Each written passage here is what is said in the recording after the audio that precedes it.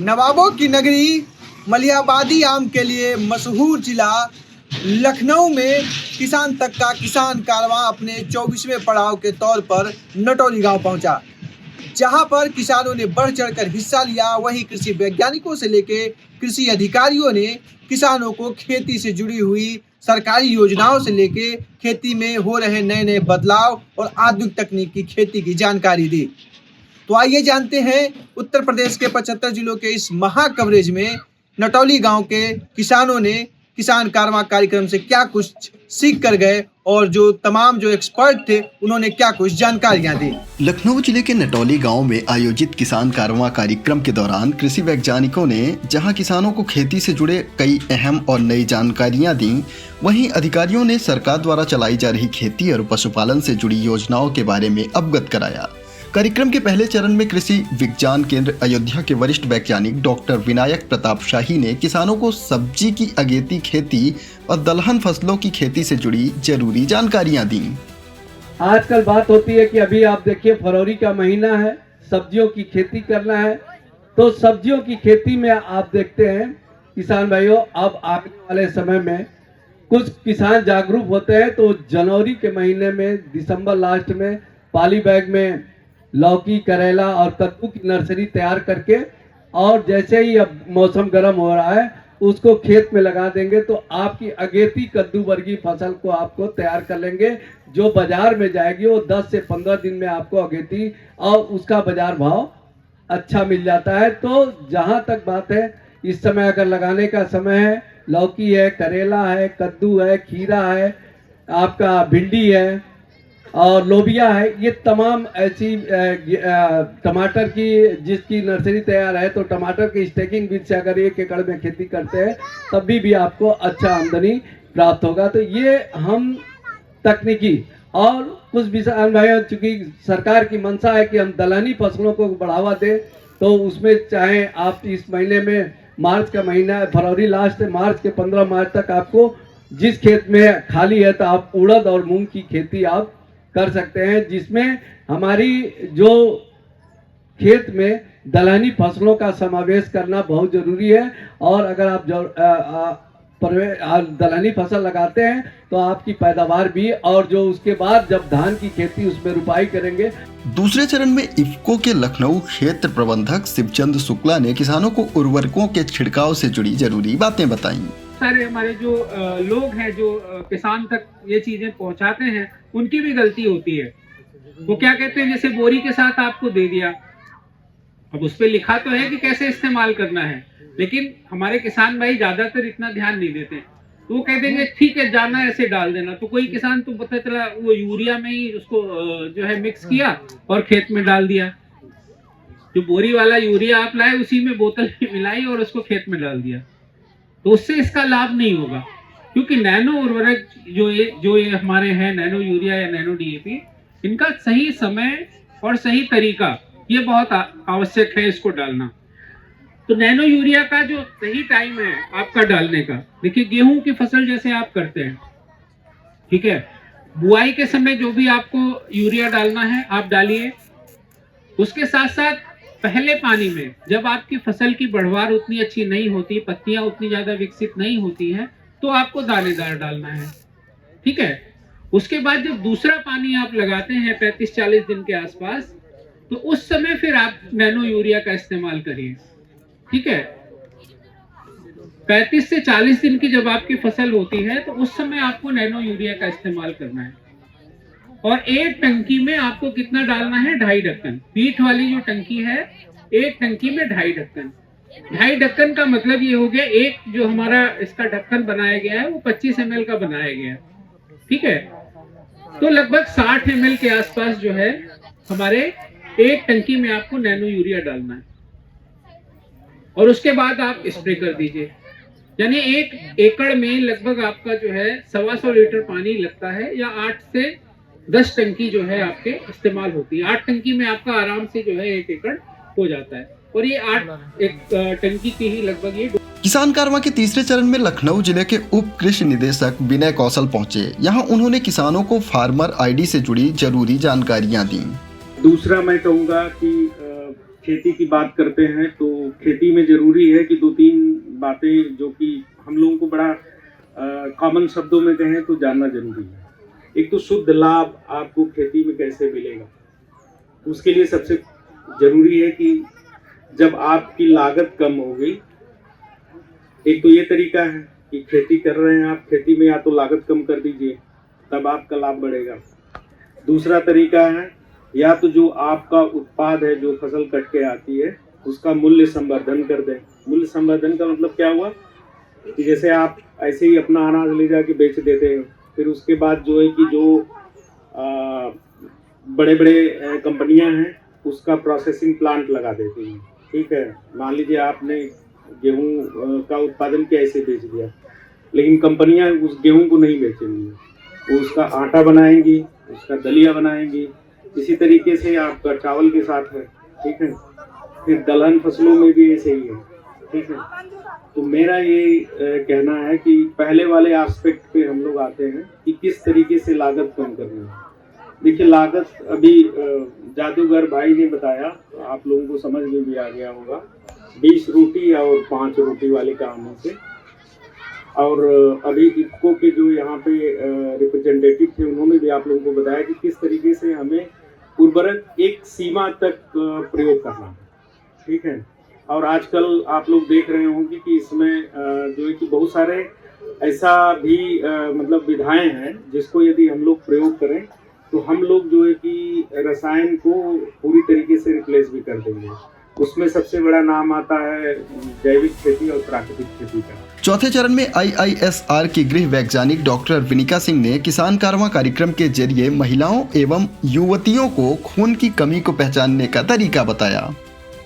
आप खाएं, चाय भी पिए, मैं ये नहीं कहती हूँ कि आप ना पिए, लेकिन कम पिए। तो थोड़ा थोड़ा ध्यान देंगे कि हमको क्या खाना है। जो भी मौसम की चीजें हैं वो सब खाएं। आप नहीं काजू बादाम खा पा रहे हैं, आप मूंगफली खाएं। आप नहीं बहुत महंगे फल खा पा रहे हैं, सेब आपको 50 रुपए किलो भी मिलता है और 400, 500, 600, 1000 रुपए किलो भी मिलता है। तो जो सेब 50 रुपए किलो वाला काम करता है, वही 1000 रुपए किलो वाला भी काम। पांचवें चरण में मुथूट फाइनेंस के ब्रांच मैनेजर विभोर श्रीवास्तव ने बताया कि मुथूट फाइनेंस एक ऐसी कंपनी है जो लोगों को 1500 से लेकर 5 करोड़ रुपए तक का लोन देती है। आइए समझते हैं कैसे। आप जिस दिन से हमारे पास गोल्ड रखते हैं, सोना रखते हैं, उस दिन से वो इंश्योर्ड हो जाता है, सिक्योर्ड हो जाता है। तो आपको चिंता करने की कोई आवश्यकता नहीं है। और महज 1500 रुपए से हमारा लोन की शुरुआत होती है और करीब 5 करोड़ तक हम लोन दे सकते हैं किसी को भी। और मैं माताओं से विशेष तौर पर कहना चाहूँगा, बहनों से, कि आप लोग बिल्कुल निश्चिंत होकर के, जैसे आप लोग को कभी पैसे की आवश्यकता पड़ी तो आप जा करके साहूकारों से ले लेती हैं, वहाँ पे आपका गोल्ड, आपका सोना सुरक्षित नहीं होता है। लेकिन जो आप हमारे शाखा के थ्रू लेते हैं तो मुथूट एक आपको इंश्योरेंस देता है कि हाँ, अगर कल को कुछ भी हो जाता है तो मुथूट आपका जो भी गोल्ड हमारे पास गिरवी रखा हुआ है उसका पूरा पैसा आपको देने के लिए बाध्य है। और हमारी कंपनी RBI से अप्रूव्ड है और हमारी लखनऊ, केवल मात्र लखनऊ शहर में हमारी 20 से ज़्यादा शाखाएं हैं। तो आप उसके माध्यम से भी आकर के किसी भी शाखा में जाकर के आप हमसे लोन ले सकते हैं। और इसके अलावा भी हम और भी काफी दूसरे क्षेत्रों में भी हैं। जैसे आपको अगर शुद्ध सोना खरीदना हो तो भी आप खरीद सकते हैं, हमारे यहाँ से आप आभूषण भी खरीद सकते हैं। तो चूंकि मैं ये देखता हूँ कि काफी जगहों पे ग्रामीण लोगों को काफी बेवकूफ बना करके भी लोग काम लिखते हैं और सोना सही नहीं देते हैं, लेकिन आपको बिल्कुल शुद्ध सोना हमारे ब्रांच। छठवें चरण में इफको MC के RBM आशीष सेनवाल ने किसानों को कंपनी द्वारा खेती से जुड़ी हुई जरूरी जानकारी दी।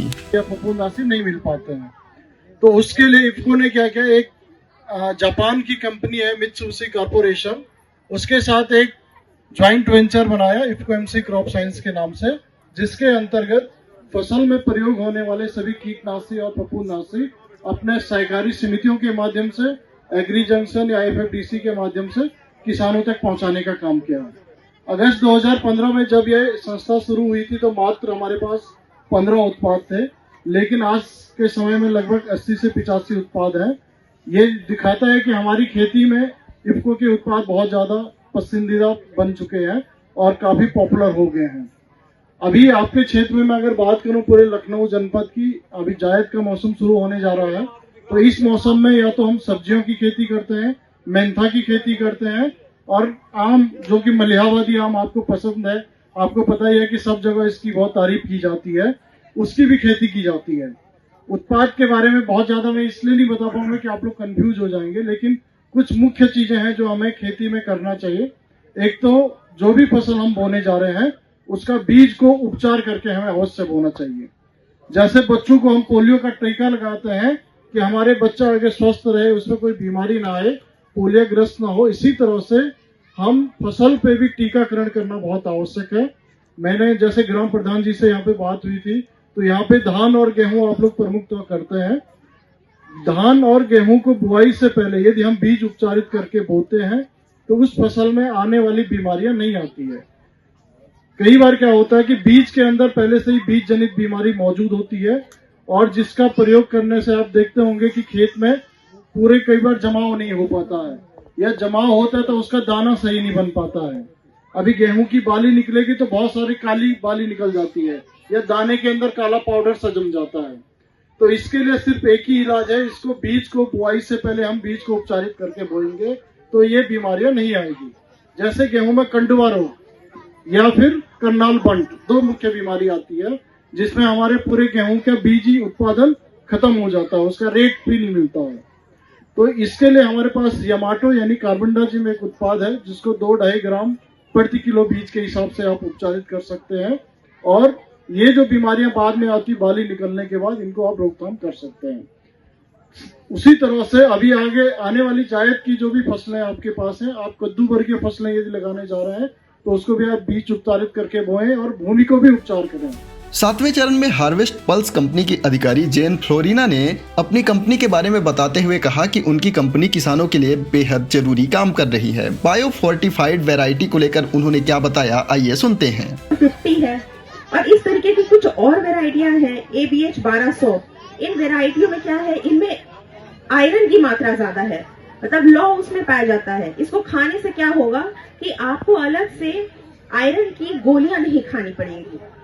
इसी तरीके से बहुत सारे गेहूं हैं, उसमें भी आपके जिंक की जो क्वांटिटी रहती है वो उसमें ज्यादा रहती है।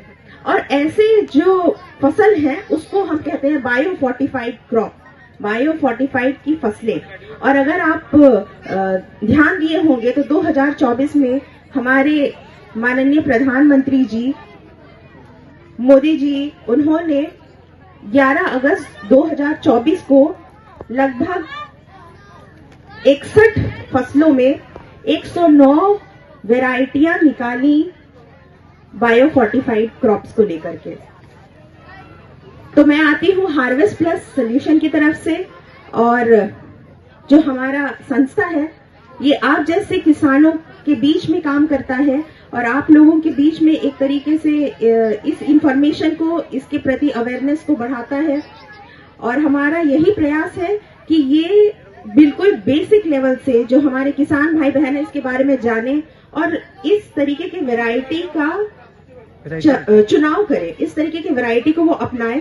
सबसे अच्छी बात ये है कि चाहे आप ये बायो फोर्टिफाइड वैरायटी को ले रहे हैं तो इसके लिए किसी अलग पद्धति से आपको फसल को उगाने की जरूरत नहीं है। आप जिस तरीके से किसी भी फसल को उगाते हैं, जैसा गेहूं उगाते, बाजरा उगाते, धान उगाते, उसी तरीके से आपको उसी पद्धति से इसको भी उगाना है। 8वें चरण में जिला पशुपालन अधिकारी डॉक्टर सुरेश कुमार ने किसानों को संबोधित करते हुए कहा कि किसानों को पशुओं के साथ साथ उनके बछड़ों की भी खास देखभाल करनी चाहिए। आइए जानते हैं उन्होंने ऐसा क्यों कहा। इस कड़ी में सबसे पहले जब चाहे आदमी का बच्चा हो चाहे जानवर हो, जब सबसे पहले जब बच्चा जन्म लेता है जो है, तो उसको जन्म लेने के 17 दिन के बाद उसको पेट के कीड़ों की दवा देना चाहिए। पेट के कीड़े पहले तो जो गाय भैंस कोई भी हो, भेड़ बकरी सब जो, उसको 1 महीने पहले पेट के कीड़ों की दवा अवश्य दे देना चाहिए, जिससे उसको पेरेंटल ट्रांसमिशन कुछ होता है जो माँ के पेट से चले जाते हैं स्वतः जो है। अक्सर देखा होगा आपने 10-12 दिन 8-10 दिन का जब बच्चा होता है जो है, चाहे पड़िया हो, चाहे पड़वा हो, चाहे बछिया हो, बछड़ा हो, कुछ भी हो, कई बार जो 10 दिन से 12 दिन में जब करने लगते हैं सफेद लैट्रिन वो मर जाते हैं, वो काफी विस्कार होता है, उसमें तो एंटीबायोटिक आपको देना पड़ेगा। 17 दिन के बाद जब करते हैं पेट के कीड़े आते हैं, अगर आप पहले से उसकी डिवर्मिंग कीटनाशक दवाओं का अगर उसको दे देंगे तो उसके जो माँ के पेट से जो है जो आ जाते हैं कीटाणु कीड़े अंडे उसके जो है फिर बच्चे के जो उसको ग्रोथ करते हैं और जो है बच्चा बीमार होता है। सबसे ज़्यादा अगर आपका बछिया बछड़ा या भैंस के जो परिया पड़वा अगर बचेंगे तो आधी किसान की आय उसी से होती है जो है।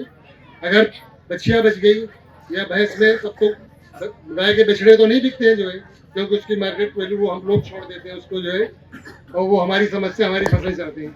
और भैंस के तो चाहे परिया हो चाहे पड़वा दोनों की वैल्यू है। तो आप उसको डिवर्मिंग जब 17 दिन का हो जाए तो पेट के कीड़े की अवश्य दवा दीजिए, और वो भी अभी हमने स्टॉल भी लगा रखा है और हमारे पशु चिकित्सालयों में निःशुल्क मिलती है। अगर गाय भैंस है तो उसके 5 रुपए लिखने की दवा है। भेड़ बकरियों 9वें चरण में जादूगर सलमान ने अपनी कला का प्रदर्शन करते हुए आयोजन में समा बांध दिया। आइए देखते हैं उन्होंने किसानों को कौन सी जरूरी बातें समझाई। आपकी पैदावार और बढ़ेगी, बजाओ पहले, है ना। इतना ही नहीं है, आप सरकार से जुड़े हैं तो किसान सम्मान निधि का भी पैसा मिलता रहेगा, तो आपका और फायदा होगा। बजाओ पहले, है ना, आपका फायदा होगा। खेती करोगे, मिट्टी की जांच कराओगे नहीं, जानवर पालोगे नहीं, तो मुंह लटका के खड़े रह जाओगे, फिर जितना है उतने में काम चलाओ, है ना। तो अपनी लागत कम मुनाफा ज्यादा चाहते हो तो खेत की मिट्टी की जांच कराइए, जानवर अवश्य पालिए, बजाओ ताली। आइए हंसते हंसते खेत है, उसमें इतनी पैदावार नहीं होगी जितना लोगों की सोच है कि मेड़ झाल लो उमो पैदा हो जाएगा। 10 बीघे का खेत में पैदावार नहीं है, मेड़ झाल लो पड़ोसी की, उसमें पैदा हो रहा है। आपसे हाथ जोड़कर निवेदन है कि अपने खेत की मेड़े चौड़ी रखिए। उसके फायदे सुनिएगा। एक तो फसलों में दूरी होगी, पड़ोस के खेत में कोई कीड़ा लगा होगा वो आप में नहीं लगेगा, कोई दवा छिड़केगा तो आप में वो पता है आपको जरूरत नहीं, उसने डाला आप पे लग जाए, ठीक। और पानी का भराव भी रुकेगा, पतली होंगी तो पड़ोस के खेत में ज्यादा जाएगा। तो खेत की मेड़े चौड़ी रखिए, आपसे निवेदन है, ठीक। तो आए लोगों ने सुना भी, लेकिन कुछ लोग सोच रहे हैं, प्रधान जी भी हमसे भी पूछ रहे थे प्रधान जी पूछ रहे थे, भैया आपने बता दिया गोल्ड लोन है, जेवर रखा है, वो कहां लेकर जाए, कहां मिलेगा, कौन देगा पैसा, इसके लिए अपना मोबाइल निकाल लो। हाँ ठीक, इधर देखिएगा इस पे क्या लिखा है, बोलो। कुछ नहीं है, अपना मोबाइल निकालिए और मुथूट फाइनेंस का एक टोल फ्री नंबर है, इस नंबर पर आपको कॉल करना है और आपको सारी जानकारी फोन पर पता चल जाए, ब्रांच कहाँ है, कितना लोन है, क्या देना है, क्या लेना है, सारी बात इस पे कर लो, फिर चले जाना। ठीक, नंबर नोट करिएगा, ठीक, 1800313112 ये नंबर है, इसको आप कॉल करिएगा, आपको घर बैठे पता चल जाए क्या क्या लगेगा, कितना ब्याज है, ये सब फायदा, ये टोल फ्री नंबर है, बजाओ तल्ली, है ना। तो आइए हंसते हंसाते कुछ जगाने, कुछ बताने, कुछ दिखाने आए। आखिरी 10वें चरण में लकी ड्रॉ का कार्यक्रम आयोजित किया गया, जिसमें 10 विजेताओं को 500 रुपए और दूसरा पुरस्कार 2000 रुपए काशी प्रसाद को मिला। वहीं प्रथम पुरस्कार महिला किसान सोनिया को 3000 रुपए का दिया गया। किसान तक का किसान कारवा, क्योंकि खाना है तो उगाना है। अगर ये वीडियो आपको पसंद आया है तो इसे लाइक ज़रूर करें। अगर चैनल अभी तक सब्सक्राइब नहीं किया है तो कर लें और नोटिफिकेशन पाने के लिए बेल आइकन भी दबा दें।